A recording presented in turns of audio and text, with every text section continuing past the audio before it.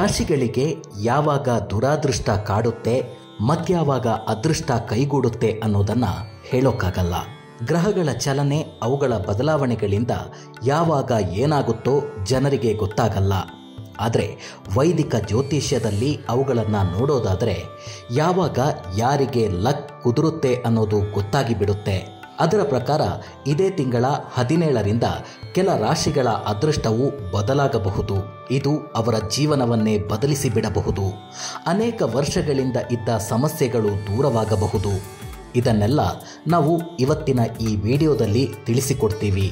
ಇದರಲ್ಲಿ ನಿಮ್ಮ ರಾಶಿ ಇದೆಯಾ ನೋಡ್ಕೊಳ್ಳಿ. ಆದರೆ ಇದನ್ನು ಹೇಳೋದಕ್ಕೂ ಮೊದಲೇ ಇದೇ ಪ್ರಥಮ ಬಾರಿಗೆ ನಮ್ಮ ತುಳಸಿ ಚಾನಲ್ ನೋಡ್ತಿದ್ರೆ ಈ ಕೂಡಲೇ ನಮ್ಮ ಚಾನಲ್ನ ಸಬ್ಸ್ಕ್ರೈಬ್ ಮಾಡಿ, ಕಮೆಂಟ್ ಮಾಡಿ, ಲೈಕ್ ಮಾಡಿ, ಶೇರ್ ಮಾಡಿ. ಇಲ್ಲಿ ಹೇಳಬೇಕು ಅಂದರೆ ತುಲಾ ರಾಶಿಯಲ್ಲಿ ಪ್ರಬಲ ಬುಧಾದಿತ್ಯ ರಾಜಯೋಗ ರೂಪುಗೊಳ್ಳುತ್ತೆ. ಸೂರ್ಯ ಬುಧನ ಸಂಯೋಗ ಈ ರಾಶಿಯವರಿಗೆ ಅನಿರೀಕ್ಷಿತ ಆರ್ಥಿಕ ಲಾಭ ತರುತ್ತೆ. ಆ ಲಕ್ಕಿ ರಾಶಿಗಳ್ಯಾವು ಅನ್ನೋದನ್ನ ಒಂದೊಂದಾಗಿ ಹೇಳ್ತೀವಿ ನೋಡಿ. ವೈದಿಕ ಜ್ಯೋತಿಷ್ಯ ಶಾಸ್ತ್ರದಲ್ಲಿ ಒಂದು ವಿಚಾರ ಇದೆ. ಅದೇನೆಂದರೆ ಬುಧಾದಿತ್ಯ ರಾಜಯೋಗವನ್ನ ಅತ್ಯಂತ ಶುಭವೆಂದು ಪರಿಗಣಿಸಲಾಗುತ್ತೆ. ಇದರರ್ಥ ಈ ರಾಜಯೋಗದಿಂದ ಜನರ ಜೀವನದಲ್ಲಿ ಖ್ಯಾತಿ, ಗೌರವ ಮತ್ತು ಪ್ರತಿಷ್ಠೆ ಹೆಚ್ಚಾಗುತ್ತೆ ಅನ್ನೋದು. ಇದರಿಂದ ಸೂರ್ಯ ಬುಧನ ಸಂಚಾರ ಕಾಲಕಾಲಕ್ಕೆ ಸಂಯೋಜನೆಗೊಂಡು ಈ ರಾಜಯೋಗವನ್ನು ರೂಪಿಸುತ್ತೆ. ಈ ಬಾರಿ ಈ ವಿಶೇಷ ಯೋಗವು ಅಕ್ಟೋಬರ್ 17ರಂದು ತುಲಾರಾಶಿಯಲ್ಲಿ ರೂಪುಗೊಳ್ಳಲಿದೆ ಮತ್ತು ಇದರ ಪರಿಣಾಮಗಳನ್ನು ಎಲ್ಲ ರಾಶಿಗಳ ಜನರು ಅನುಭವಿಸುತ್ತಾರೆ. ಆದರೆ ಈ ರಾಶಿಯವರ ಅದೃಷ್ಟ ಬದಲಾಗಲಿದೆ. ಇವರ ಆದಾಯದಲ್ಲಿ ಹೆಚ್ಚಳ ಮತ್ತು ವೃತ್ತಿ ಪ್ರಗತಿಯನ್ನು ಸಹ ಅನುಭವಿಸಬಹುದು. ಆ ಲಕ್ಕಿ ರಾಶಿಗಳ ಬಗ್ಗೆ ತಿಳಿಯೋಣ ಬನ್ನಿ. ಬುಧಾದಿತ್ಯ ರಾಜಯೋಗದ ರಚನೆ ಕಟಕ ರಾಶಿಯ ವ್ಯಕ್ತಿಗಳಿಗೆ ಉತ್ತಮ ದಿನಗಳನ್ನು ತರಬಹುದು. ಈ ಯೋಗವು ಅವರ ಸಂಚಾರ ಜಾತಕದ ವಾಹನ ಮತ್ತು ಆಸ್ತಿ ಕ್ಷೇತ್ರಗಳಲ್ಲಿ ರೂಪುಗೊಳ್ಳುತ್ತೆ. ಇದರಿಂದ ಏನಾಗುತ್ತೆ ಅಂದರೆ ಈ ಸಮಯದಲ್ಲಿ ಈ ರಾಶಿಯವರ ಸೌಕರ್ಯ, ಐಷಾರಾಮಿಗಳು ಹೆಚ್ಚಾಗುತ್ತವೆ. ಹೊಸ ಯೋಜನೆಗಳು ಅಥವಾ ಒಪ್ಪಂದಗಳನ್ನು ಪಡೆಯುವ ಸಾಧ್ಯತೆ ಇದೆ. ಈ ಸಮಯದಲ್ಲಿ ವಾಹನಗಳು ಮತ್ತು ಆಸ್ತಿಯನ್ನು ಸಹ ಖರೀದಿಸಬಹುದು. ವಿದೇಶದಲ್ಲಿ ವ್ಯಾಪಾರ ಮಾಡುವವರು ವಿವಿಧ ಒಪ್ಪಂದಗಳಿಂದ ಗಣನೀಯ ಲಾಭ ನಿರೀಕ್ಷಿಸಬಹುದು. ಈ ಸಮಯದಲ್ಲಿ ತಾಯಿಯೊಂದಿಗಿನ ಸಂಬಂಧವು ಉತ್ತಮವಾಗಿರುತ್ತದೆ. ಉದ್ಯೋಗ ಅಥವಾ ವ್ಯವಹಾರ ಕ್ಷೇತ್ರದಲ್ಲಿ ಪ್ರಗತಿಗೆ ಬಲವಾದ ನಿರೀಕ್ಷೆಗಳಿವೆ. ಹೊಸ ಉದ್ಯೋಗ ಅಥವಾ ವ್ಯವಹಾರವನ್ನು ಪ್ರಾರಂಭಿಸಲು ಪರಿಗಣಿಸುವವರು ಈ ಸಮಯವನ್ನು ಬಹಳ ಶುಭವೆಂದು ಕಂಡುಕೊಳ್ಳುವ ನಿರೀಕ್ಷೆ ಇದೆ. ಸಿಂಹರಾಶಿ. ಇನ್ನು 2ನೇ ರಾಶಿ ಸಿಂಹರಾಶಿ. ಈ ಅವಧಿಯಲ್ಲಿ ಇವರು ಖಂಡಿತ ಸಿಂಹದಂತೆ ಬದುಕ್ತಾರೆ. ಅಷ್ಟೊಂದು ಶಕ್ತಿ ಸಾಮರ್ಥ್ಯ ಎಲ್ಲ ವಿಚಾರಗಳಲ್ಲೂ ಬರುತ್ತೆ. ಆಡಳಿತ ಗ್ರಹ ಸೂರ್ಯ. ಸಿಂಹರಾಶಿಯವರಿಗೆ ಸೂರ್ಯನ ಬುಧನ ಸಂಚಾರ ಅನುಕೂಲಕರವಾಗಿರುತ್ತೆ.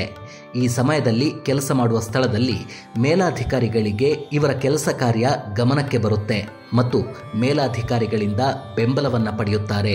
ಶಿಕ್ಷಣದಲ್ಲಿ ತೊಡಗಿರುವವರಿಗೆ ಇದು ಒಳ್ಳೆಯ ಸಮಯವಾಗಿರುತ್ತದೆ. ಪ್ರಯಾಣವು ಪ್ರಯೋಜನಕಾರಿಯಾಗಲಿದೆ. ಮಕರ ರಾಶಿ. ಬುಧಾದಿತ್ಯ ರಾಜಯೋಗದ ರಚನೆಯು ನಿಮಗೆ ಪ್ರಯೋಜನಕಾರಿಯಾಗಬಹುದು.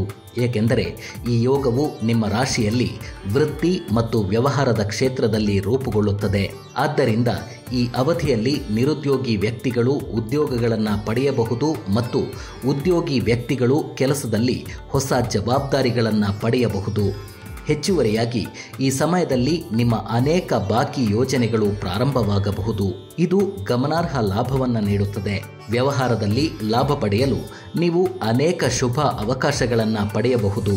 ಉದ್ಯೋಗಗಳನ್ನು ಹುಡುಕುತ್ತಿರುವವರು ಕೆಲವು ಒಳ್ಳೆಯ ಸುದ್ದಿಗಳನ್ನು ಸಹ ಪಡೆಯಬಹುದು. ನಿಮ್ಮ ತಂದೆಯೊಂದಿಗಿನ ನಿಮ್ಮ ಸಂಬಂಧವು ಉತ್ತಮವಾಗಿರುತ್ತದೆ. ಮಿಥುನ ರಾಶಿ.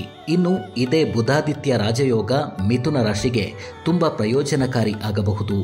ಈ ರಾಜಯೋಗವು ಮಿಥುನ ರಾಶಿಯವರ ರಾಶಿಚಕ್ರದ 5ನೇ ಮನೆಯಲ್ಲಿ ರೂಪುಗೊಳ್ಳುತ್ತಿದೆ. ಆದ್ದರಿಂದ ಈ ಸಮಯದಲ್ಲಿ ವೈಯಕ್ತಿಕ ಜೀವನದಲ್ಲಿ ವೈವಾಹಿಕ ಸಮಸ್ಯೆಗಳು ಬಗೆಹರಿಯಬಹುದು.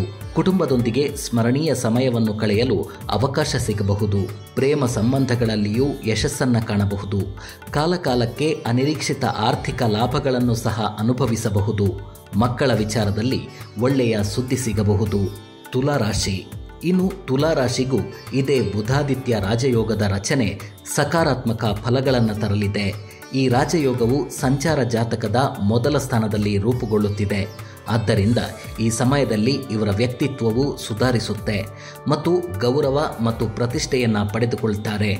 ಈ ವೇಳೆ ನಿಮ್ಮ ಕೆಲಸದ ನೀತಿಯೂ ಸುಧಾರಿಸುತ್ತದೆ.